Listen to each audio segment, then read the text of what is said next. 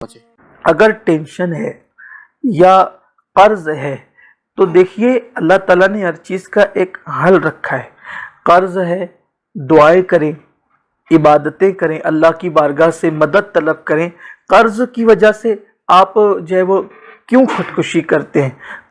قرض دار اگر آپ کو پریشان کرتے ہیں تو آپ فیس کیجئے.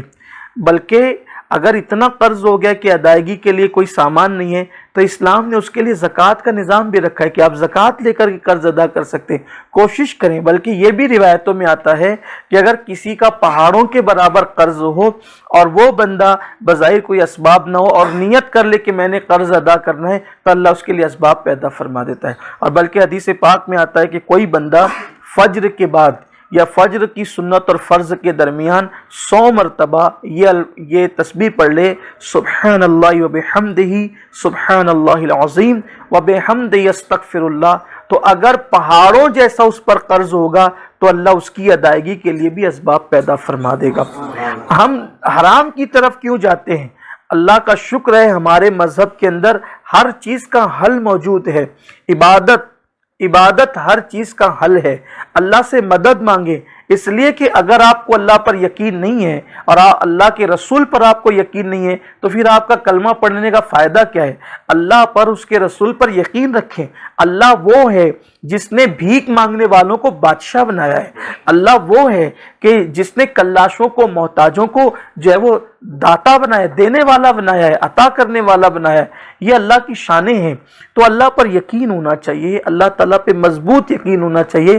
تو پہلی چیز کہ اگر قرض ہے آپ یہ دعا پڑھیں، اللہ سے مدد طلب کریں اور پھر جو ہے وہ اس کی کوشش کریں، اللہ ضرور اسباب پیدا فرمائے گا. دوسری چیز ذہنی دباؤ، ذہنی ٹینشن.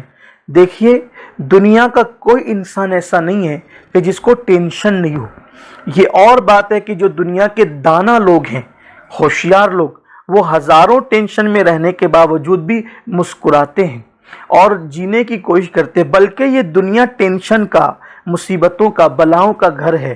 یہاں تک کہ تفاسیر میں آتا ہے، بلکہ تفسیر نعیمی میں بھی یہ بات موجود ہے اور بھی مفسرین نے اس کو لکھا ہے کہ جب اللہ تبارک و تعالیٰ نے حضرت آدم علیہ السلام کو تخلیق کرنا چاہا اور فرشتوں کے ذریعے سے آپ کا خمیر جو وہ تیار کیا گیا، تو جو آپ کا خمیر تھا اس پر 39 دن تک، یعنی 39 ڈیز تک، 3 دنوں تک اللہ نے غموں کی برسات کی. جو خمیر آپ کا بن رہا تھا مٹی کا، تو اس پر 39 دن تک غموں کی بارش ہوئی اور 1 دن خوشی کی بارش ہوئی. یعنی کل ملا کر کے اس خمیر پر 40 دن تک برسات ہوئی ہے. 39 دن برسات ہوئی ہے غموں کی اور 1 دن بارش ہوئی ہے خوشی کی.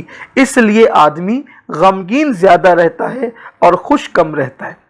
دنیا میں غمگین زیادہ رہتا ہے اور خوشی کبھی کبھی آتی ہے.